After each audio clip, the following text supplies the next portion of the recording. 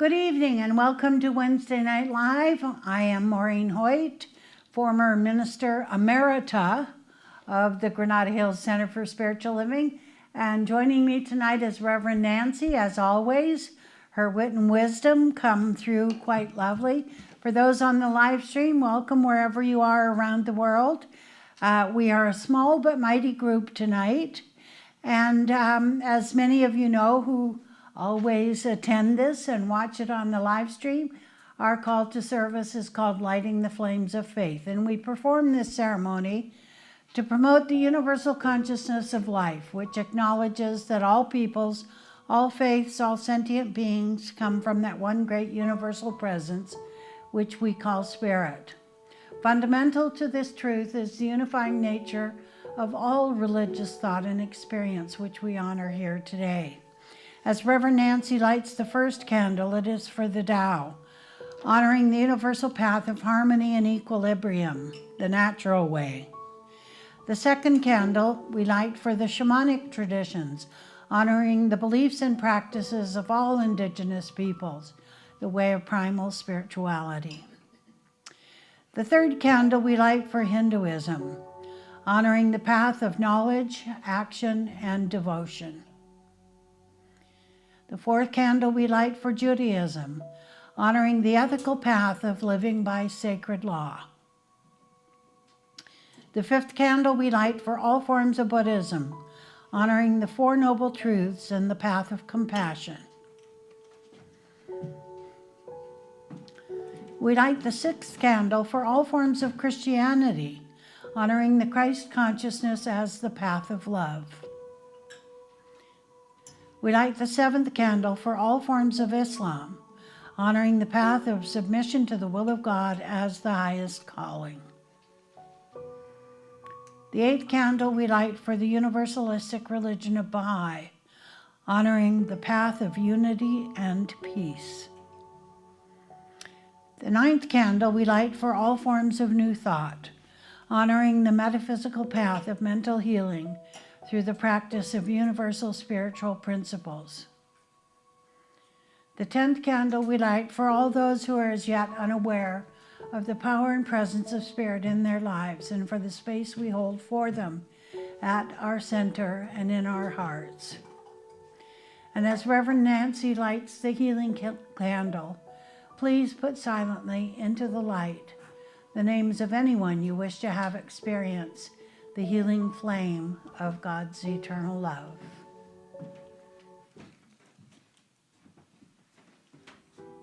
I'm thankful, so grateful. I'm one with the Spirit all around me.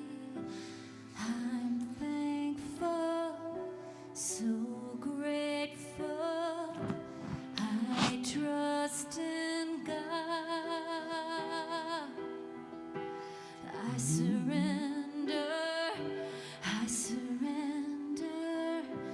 I'm one with the Spirit all around me. I surrender. I surrender. I trust in God.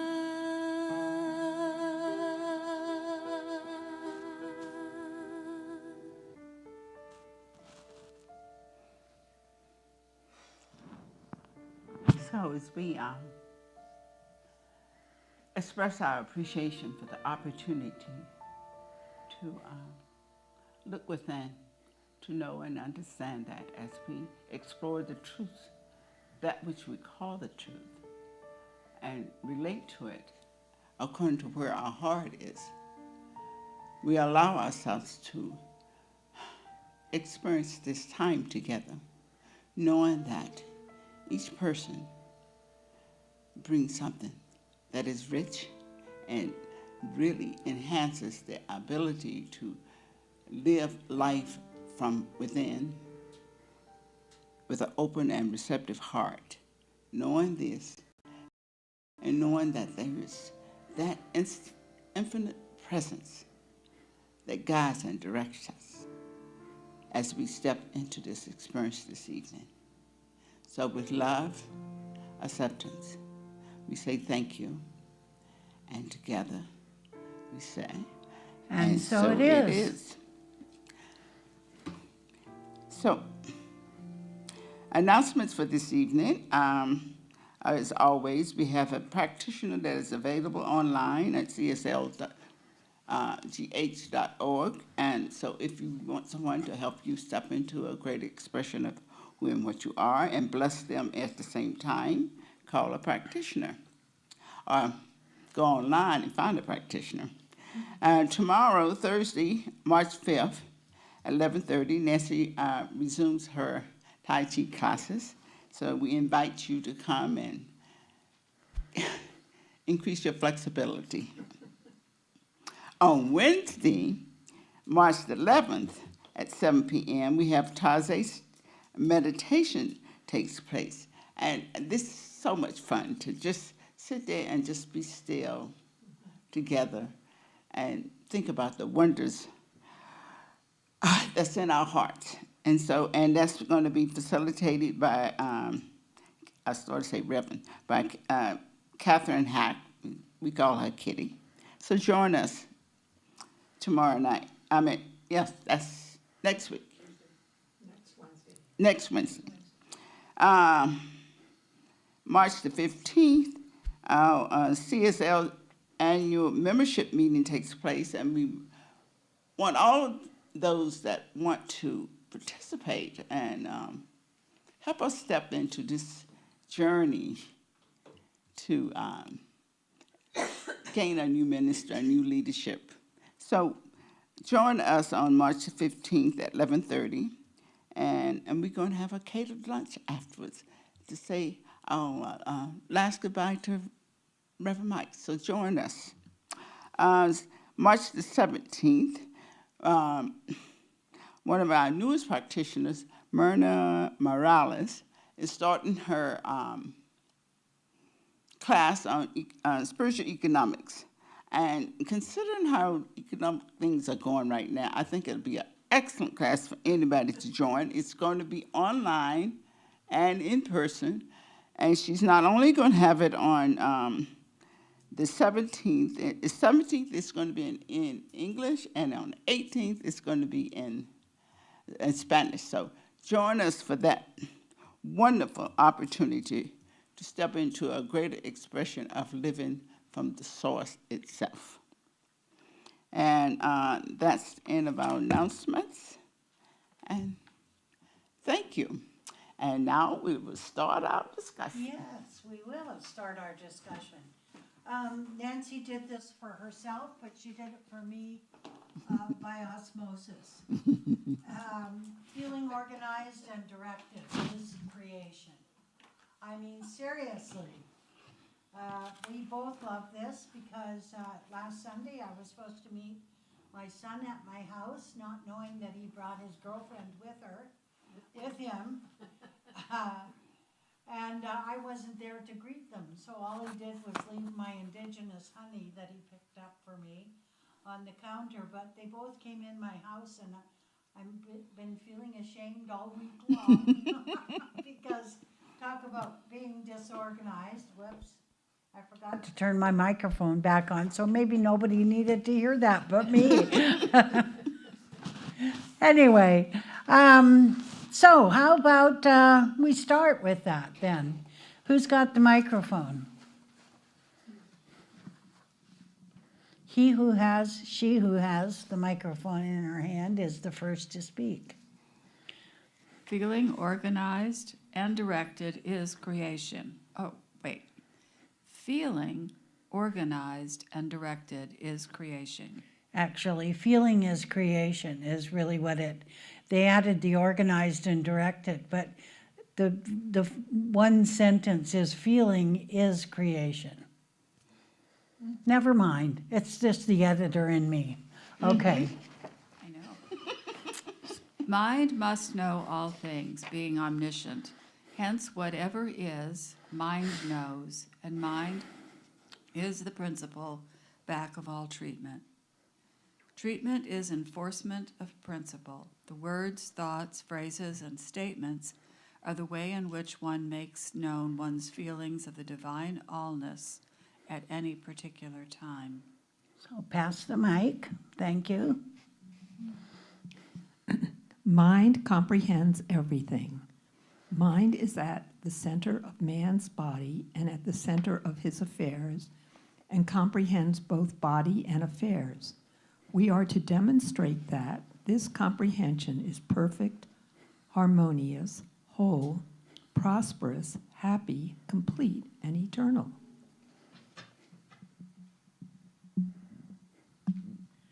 When we use such words, we must feel their meaning.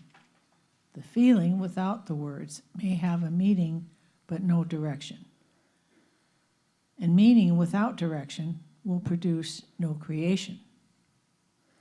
Feeling, organized and directed, is intelligent creation. The practitioner knows that nothing is hid. Okay, never mind. Okay, keep going. Sorry. Knows that nothing is hidden, and that the ideas of mind are perfect. He knows that absolute intelligence has nothing hid from it, and there is nothing covered which shall not be revealed. Everything is visible to it. The practitioner knows that her word, being the presence, power, and activity of mind, does uncover, reveal, make known, proclaim, and manifest itself. Our word is the law of mind unto any case. Hence, if a practitioner feels that we do not, if practitioners feel that we do not know what words to use, we should immediately know that we does know. We do know. We do know what words to use. Just say the last bit. Spiritual diagnosis exposes to thought that which is eternally true and declares that allness is now present and now manifest. Yeah. Whoa. Okay, we can go home now. This is heavy. It is, isn't it?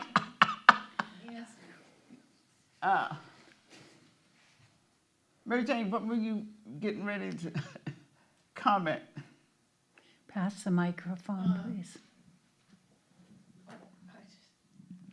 Well, earlier I was, as an English teacher, I'm ashamed I can't remember what this is called.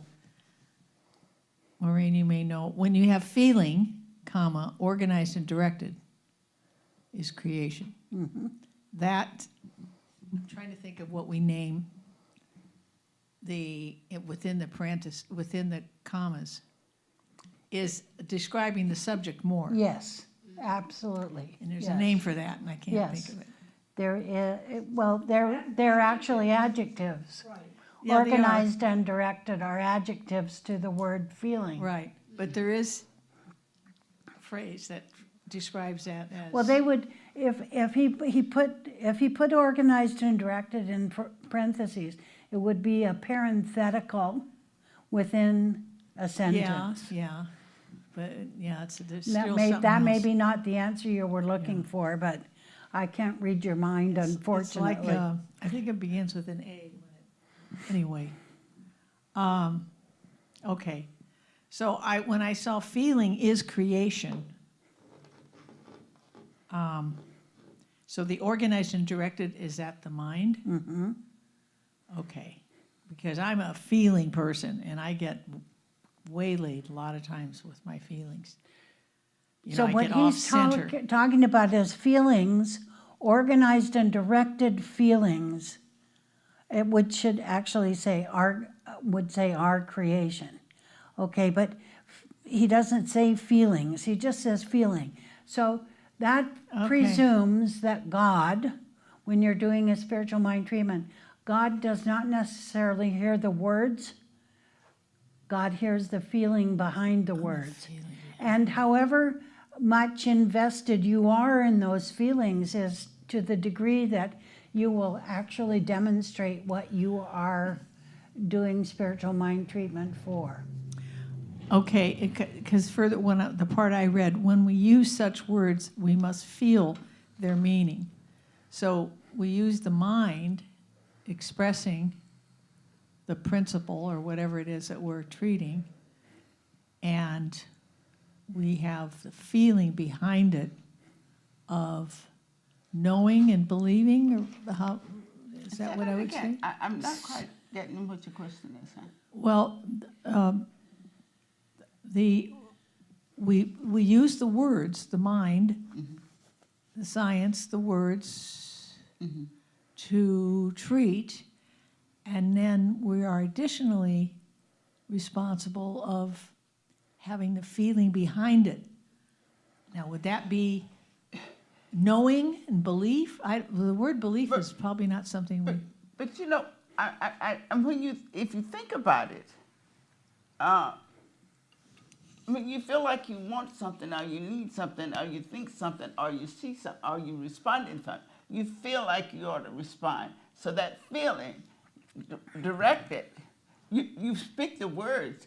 Usually the words come out of the feeling most of the time. Come out of the feeling? Uh-huh. Oh. Think about it. I mean, you want it. I mean, desire. That's right there is the feeling part. Well, right here it says, I like this part. I'm trying to wrap my mind around it. The feeling without the words may have a meaning, but no direction. Yes. Yes. And meaning without direction will produce no creation. Right. So the feeling organized and directed is intelligent creation. So they Yes. all have to be in play. Yes, they do. Yeah, I think that the thing that occurred to me when he said no direction, you know, I was thinking, well, actually, first thing that occurred to me was fear. But fear can have that direction too, huh? Yes, it can. Because as Reverend Mike pointed out a few sermons ago, he said it works by not working. You know, the law works by not working. Yeah. But the other part of this is, you know, it's not that I need something or that I want something to happen. What is it that I require to happen? Now, you have to go into the feeling nature of that. What is it that I require to have a demonstration fulfilled? Now, The feeling. yes, the feeling is really what's required. How sometimes, you know, how inspired am I by the feelings, and how desperate am I by the feelings? There are two opposite ends of the pairs of opposites in the human experience sometimes get in the way. What is it that I'm inspired to see demonstrated in my life? What is it that I am desperate to feel the demonstration in my life? Which one do you think is more powerful?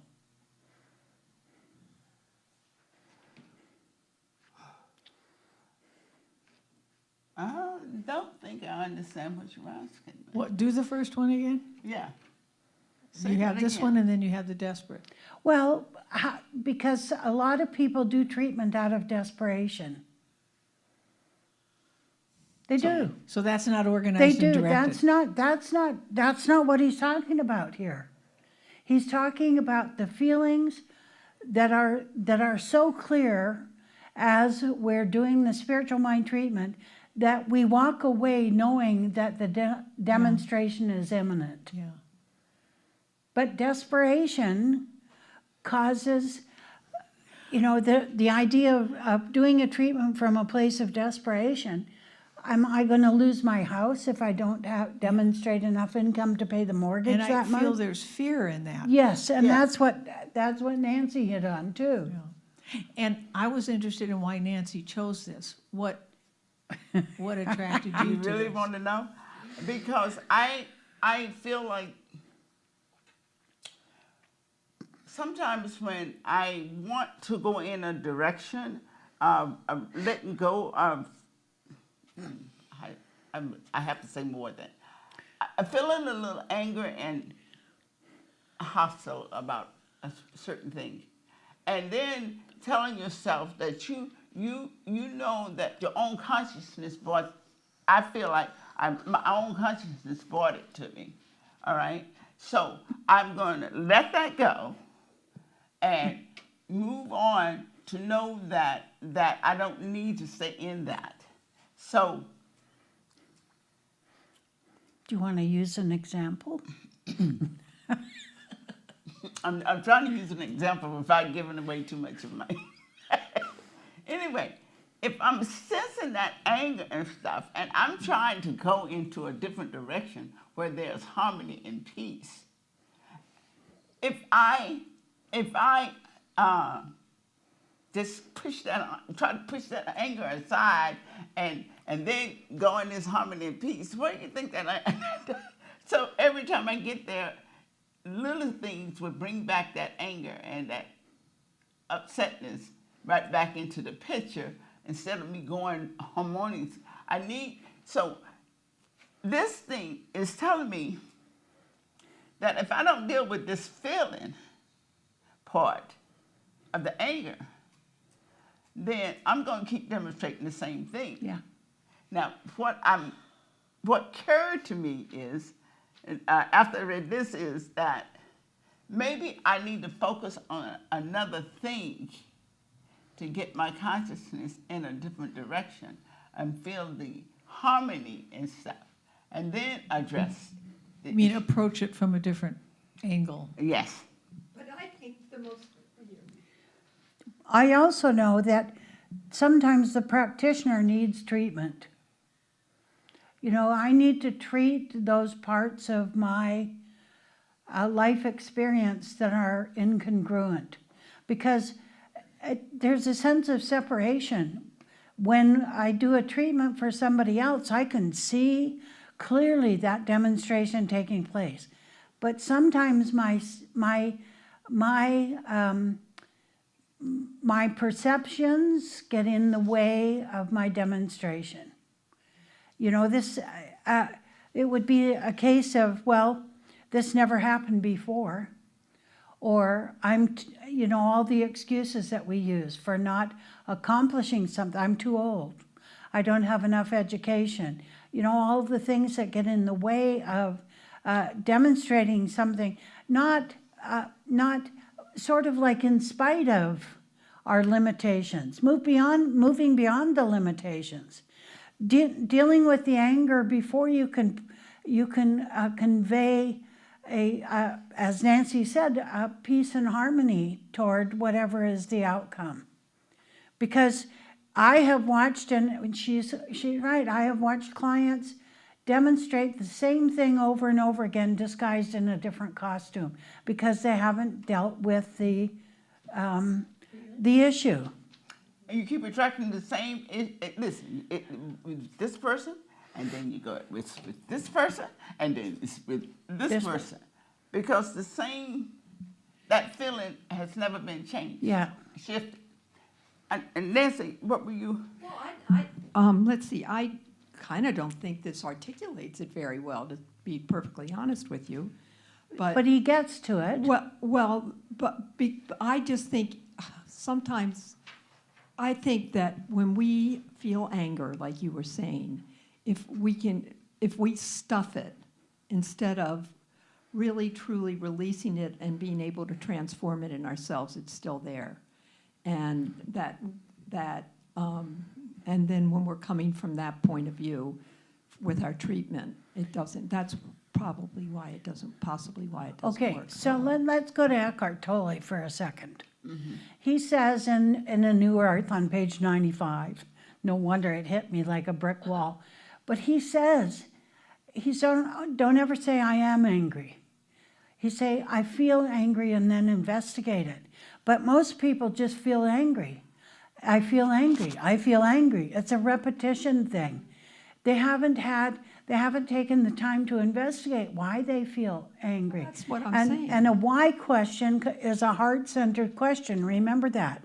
So now we're getting to the feeling of why we, what is it that the anger presents to us? And can we articulate why we feel angry? Well, see, and I'm using myself as a subject. It seems to me that my anger, I admit that it's my consciousness. I admit that I am doing under judging or whatever. I see that there are certain things that it has tapped me on the shoulder to recognize. And then I said, okay, so I'm working with this, forgiving myself for the anger Yes. and some whatever's in me that attracted this from this person, this issue. And then a couple of weeks later, I think that it's gone. And it shows up again. So why do you think that is, Reverend Nancy? Because I don't want to fix myself. I want to release it and go on. Surrender. Surrender and go on. But it keeps showing up. And isn't it important to feel compassion for yourself that you're working? I feel compassion for Yeah. myself. That's why I'm saying I'm not.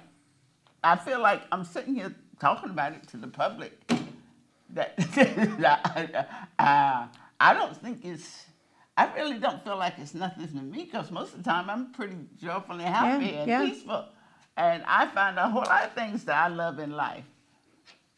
I am looking at this anger that showed up 3 or 4 times over and over. Anger is a catalyst for change. You get that? Irritation is a catalyst for change. Yeah. Just what Nancy said, it says the feeling without the words may have a meaning but no direction. So it seems like your anger has no direction. It's a feeling, and meaning without direction will produce no creation. So thus it wouldn't change Yeah. because you have these feelings. Well, I'm just using you. 'Cause Yeah, you gave the yeah. example. I But you don't have mind. the feeling without direction. So something is not connecting there. There's a bridge down. There's a bridge. Yeah, I agree. I think that there is a bridge down because I don't want to feel angry. I really don't. There's something still holding on to it, I Yeah. guess. No, it's okay to feel it, but it's like you say, don't hold on to it. But see, Ernest Holmes talks about how when we have what Nancy's talking about, an anger that is unresolved, let's say, Yeah. we unconsciously invite situations into our lives that repeat that process. Yes. Over And Because that's what ad it's I want to nauseum. let go of. Because Yes. it's attracting that. Yes. Because that's what you're attracting. So Subconsciously. what the endeavor is Yeah. to change unconscious invitation to conscious invitation, Yeah. which would be the polar opposite of the anger, because they're two. Love and hate are two opposite ends of the spectrum, but there's something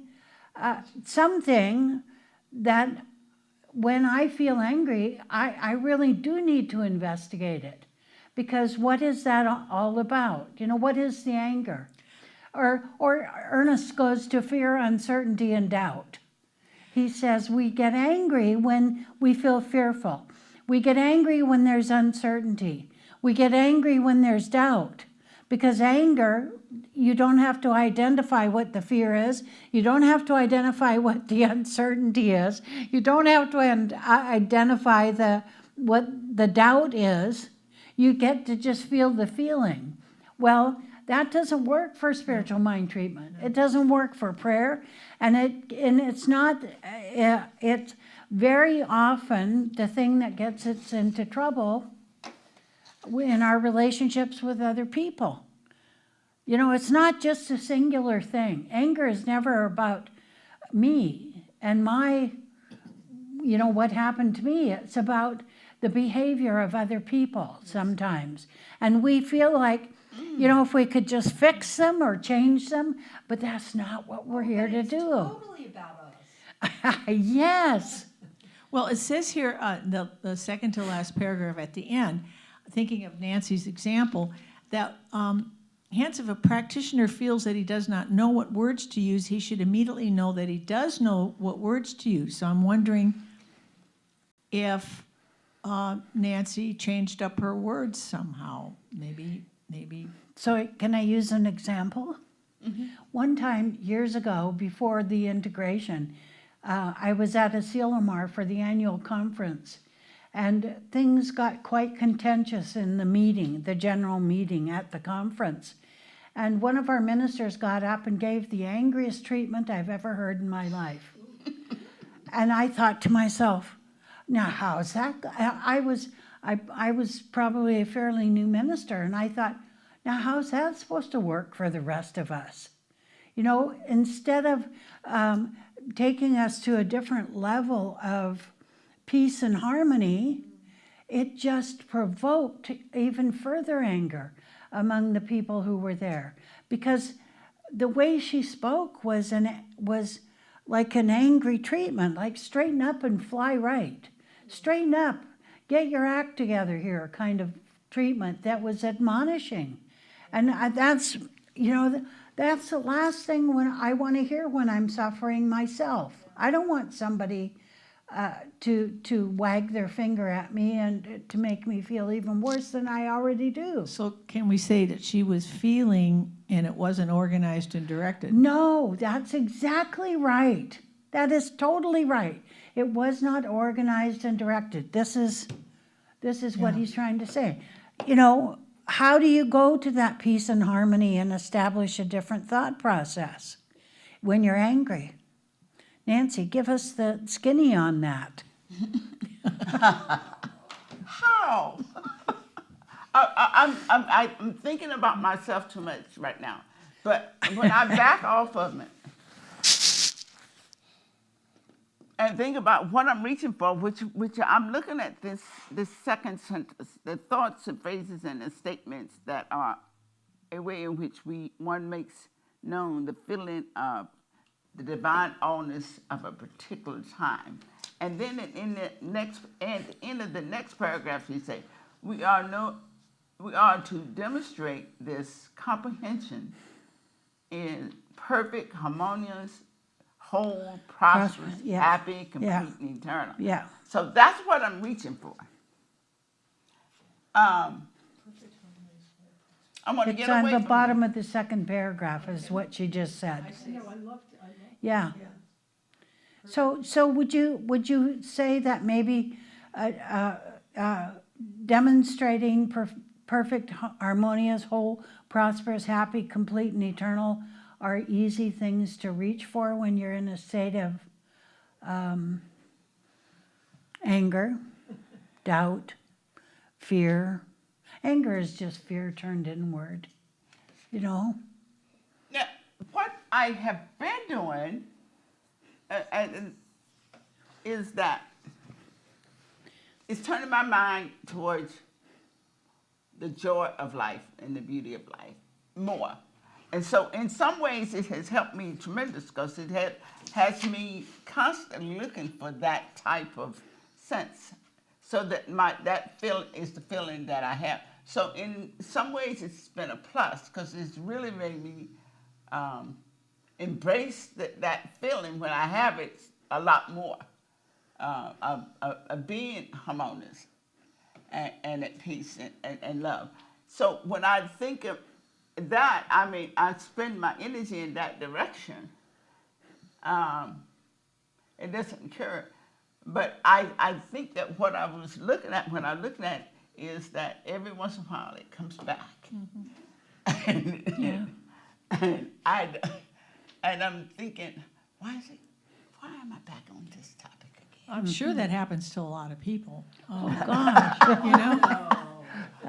Yeah. It's like, By the way, just as the word that I was thinking of, I had to look it up, is, I said it started with an A. It's an appositive.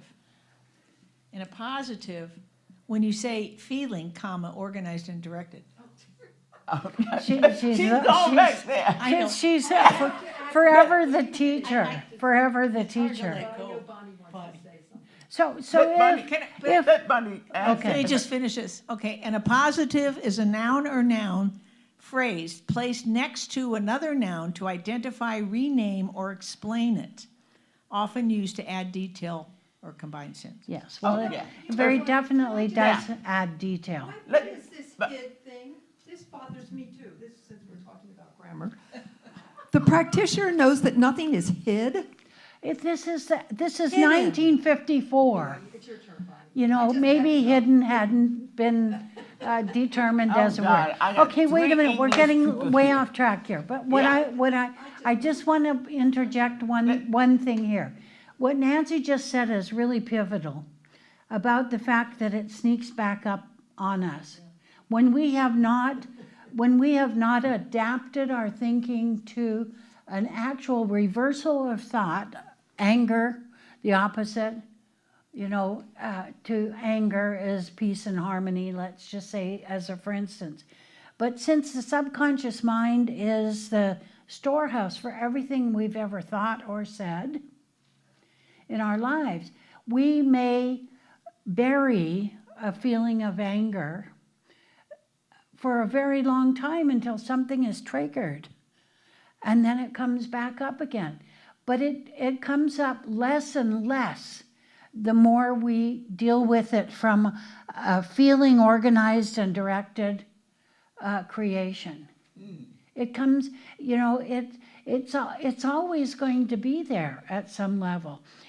Today, just quickly, on The View, Yvette, somebody Brown, she's a black actress, and she was spouting signs of mind on The View today. And if you get a chance to listen to it, they also had Christina Applegate, who was on, she has multiple sclerosis, and she was on Zoom. She's from Agape. She was part of Agape, and I have a sense that Yvette Brown was on, and she was talking about her life, and she was talking about, all of a sudden she said, that person has come into my life for a reason, a season, or a lifetime. And that's Michael Beckwith to a T. That's one of my favorite quotes of his. So I think people are using this teaching called the science of mind, and they may not even know that they're using it because they just want to experience a better life. They want to have a better life experience. And if we hold on to past experiences that no longer serve us, the other person, if there was another person involved, is out there dancing somewhere. And we're the ones who are suffering for it. So, Yes, that's why I don't want to be. yes, that's why you don't want to focus attention on. Give And to forgive. anything we focus on with attention and emotion repeats itself ad nauseum. Do we want that? No. Yes. Funny. Maybe she forgot I blabbed too much. No. I think this having the same thing come up is, everybody does that. I think it's very human to do. And in some ways, our practice, our philosophy, meditation, doing treatment, all of it is we're burnishing ourselves. We're working on a big project. And truly, the subconscious is holding a pile of stuff. And the wind kicks up and that blows. It's like dusting. It is never done. It recurs. It all falls down. And it does for me. But I really have to give myself so much credit. And I also have to have compassion when these old things come up. But a lot of credit recognizing it. To go, you're doing the same thing. You're feeling that exact same feeling. This is the same thing that happened in 3rd grade. And that's a lot of awareness, and it's a wonderful thing to do. Mm-hmm. And it's a lot of hard work. And to look to the opposite of whatever it is that comes up and say, I am a person of agency. There's agency. I have power. Yes. I'm a person of spirit. I have power. That old thing where I feel really threatened and unable, that's just a little kid experienced that didn't have very much awareness. And it's just so human to have that old subconscious stuff sift up, recognize it, and have a wonderful opportunity to clean it up and send it back off from whence it came. Okay, so I just want to say something on in Nancy's behalf. We also have to look at the frequency of having those thoughts, those anger thoughts. Okay, so all of a sudden you realize, wow, 3 weeks has gone by and I haven't thought that angry thought. Wow, 6 months. I haven't had a thought like this in 6 months. So the lows get higher of shorter duration and less frequency. And we don't give ourselves enough credit for that.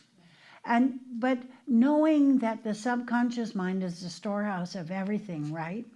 There's bound to be something that pops up every once in a while. And it's how we handle it when it does pop up. What do we first think about it? Rehashing the whole experience? No.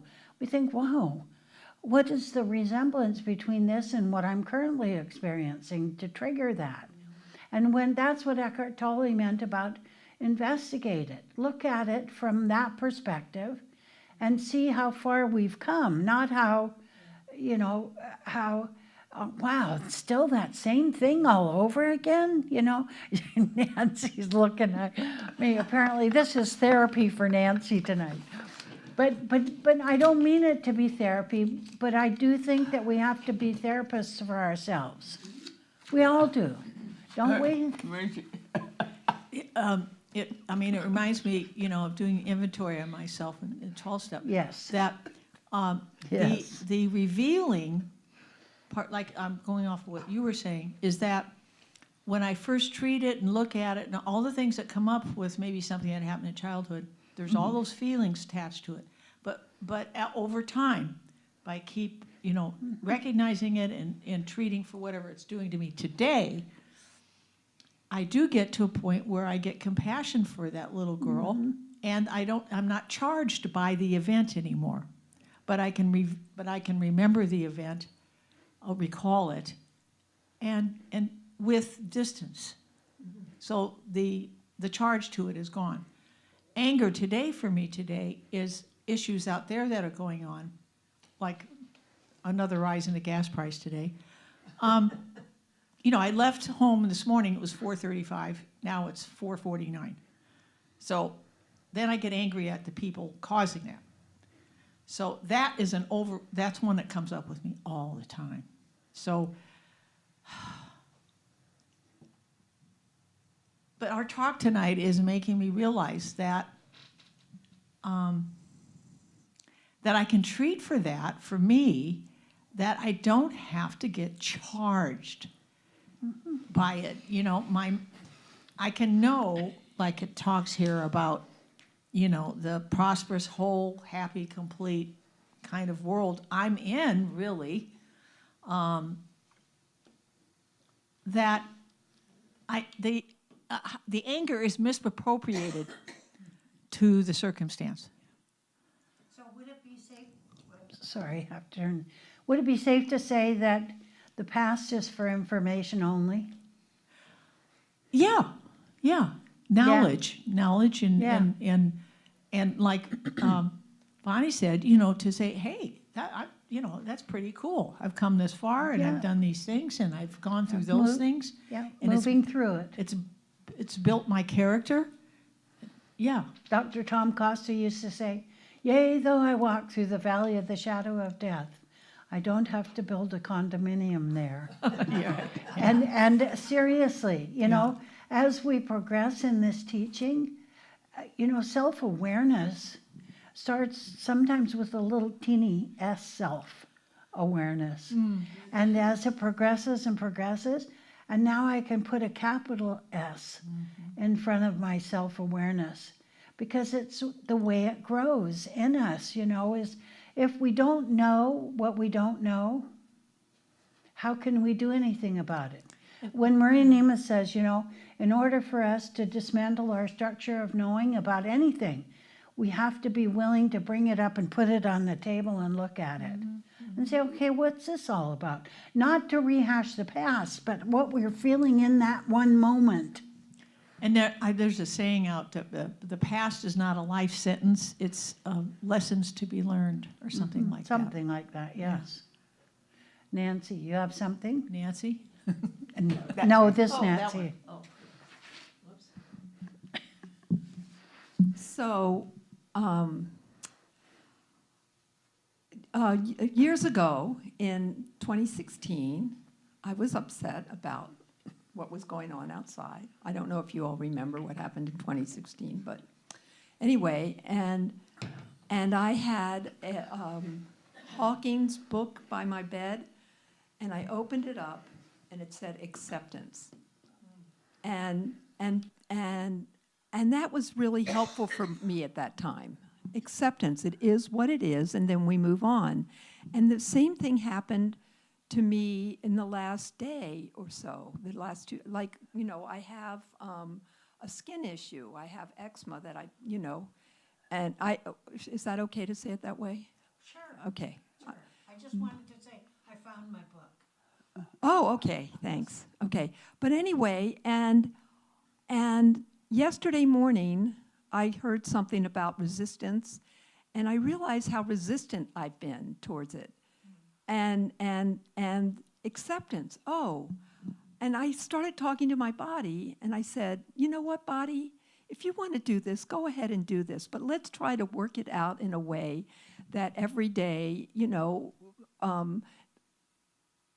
that you and I together can work out a way that every day in every way, it gets a little bit better. I don't know if I said that exact same, but that's exactly, but I said, I accept what has happened. And it just felt like, I wasn't fighting it anymore. And I've been fighting it for 77 years. Anyway, so I think acceptance has something really precious to give us. And it doesn't mean that we don't do anything about it. It means we see what is there, we accept what is there, and then we can take steps to whatever kind of steps we think we need to take to bring more harmonious, wholeness, prosperous, etc., complete and eternal. So that's really basic signs of mind. Yeah. Is what you're saying. It's like a knowing. Yeah. Yeah, and also, and it kind of helps with what Bonnie was saying about it's okay. That's a pretty cool thing that I just discovered, which is what you were saying. Yeah. As our bodies get older and we have to pay attention to them, they get so talkative. I write to my body, and I have my body write back, and I learn some pretty interesting stuff about what's going on, and it has brought a lot of peace back and forth about living in this physical being. I wanted something that my sponsor in Al-Anon years ago told me this. Sometimes when we get upset and triggered, the person who's triggering us sounds like somebody else from the past, some teacher, somebody with just like an accent that your brain goes, there it is, there's that thing again. Get upset, put up all the walls here, and bring out the guns. The other thing that I will have is certain smells will trigger things for me. It kind of sets me up into this tone or mood, and I'm looking for trouble. Boy, this is a good therapy session tonight, isn't it? One of the things I think in the last paragraph it's just so profound to me, spiritual diagnosis. Listen to that, spiritual diagnosis. What does that ring true for? Exposes to thought that which is eternally true and declares that allness is now present and now manifest. You know, we don't do treatment for futurizing. We do treatment in the present. Personal, precise, positive, and present. The four things. Sorry, I'm going to cough. One sec, I have to turn my microphone off for a second. Personal, precise, positive, and present. That's the focus of our treatment. It's not about ever in treatment doing something for somebody else. It's about a consciousness shift. And if there's only one mind, my mind needs a consciousness shift too. So as a practitioner, every time I do a treatment for somebody else, guess who I'm really doing it for? Myself. So, but it's now present and now demonstrating. I'm not sure I like the word manifest. Oh, thank you so much. I don't like the word manifest as much because it doesn't feel like it has agency to it. It's like it's going to pop in out of thin air, which maybe it is, but demonstration implies treating and moving our feet. We demonstrate something. It's tangible. Today I heard something that I thought was interesting where it was a podcast and somebody asked the other guy, well, how do you define God? And he said, awareness. And I thought that was kind of cool. You can't define God. Well, not defined. What would So you like? you Well, can't- it's not. He didn't ask. You probably can't that way, you but- can't define the ineffable. Right, but I thought awareness was a cool word. You can define the nature of God, and the nature of God is aware, is awareness. So I think that's one of the trick questions on any oral panels to become a practitioner. Yeah. They always throw that at the first time practitioner train oral panels. Define God, you know, and most people go trying to use words, you know, that express what they feel that God is, but it isn't about being able to define God. It's something indefinable. The nature of God, however, is definable. What were those 4 P's? Oh, personal, precise, positive, and personal. You said personal. Oh, I said it twice. Personal, precise, positive, present. No, I thought thinking of it as awareness as a really wonderful quality was very lovely. I like that. You know, we've met people, we know people who aren't particularly self-aware. And it takes somebody who's expanding their own consciousness to be self-aware. That there's something greater in the spiritual realm that we've all yet to learn. You know, I teach class because I want to be a student. And the student and the teacher become one at some point. But we cannot keep anything we learn for ourselves. We have to share it with other people. Not like a soapbox kind of thing where you go out carrying your soapbox in your armpit and put it down at a moment's notice like I used to do. Sometimes I still do it, and I like it. But the thing is not everybody is ready to hear the information we have for them. You can't want something for somebody that they don't want for themselves. Can I ask a question? So in the case of anger, would it help for you to just, oh, I accept that I've been angry, or I'm just curious. Would it help if I said, I accept that this happened, that I'm angry at this situation, and that it's been repeated over and over again, and I accept it, and I'll move on from there somehow. I mean, it seems to, I feel like that can be helpful to me. I'm sitting here, I was just listening to all the conversation, and I was just thinking about all the good things that have come out of me being angry and knowing I'm angry. That about letting go of controlling and being all right where I am and accepting myself as I am. All these points are the things that I think has come out of this experience of this repeated anger. Because I think that concept of awareness, to me, is learning how to live the principles of life that I have chosen to follow, and learning how to step into it more and more. And when I find these experiences, like this particular aspect of being angry, I find myself wanting to utilize it okay, now I'm utilizing it to practice this, see if with the forgiveness. I'm utilizing it with not being in control. I'm utilizing it so the more y'all were talking to the boy, and I'm saying, oh, yeah, I'm doing it for that. Oh, each one of you, that's why I like the talking about it, because I can get more out of hearing when your example, your answering, your answers. All of the answers y'all gave me were beneficial, and so I'm beginning to understand even more why this anger is a good, a good. So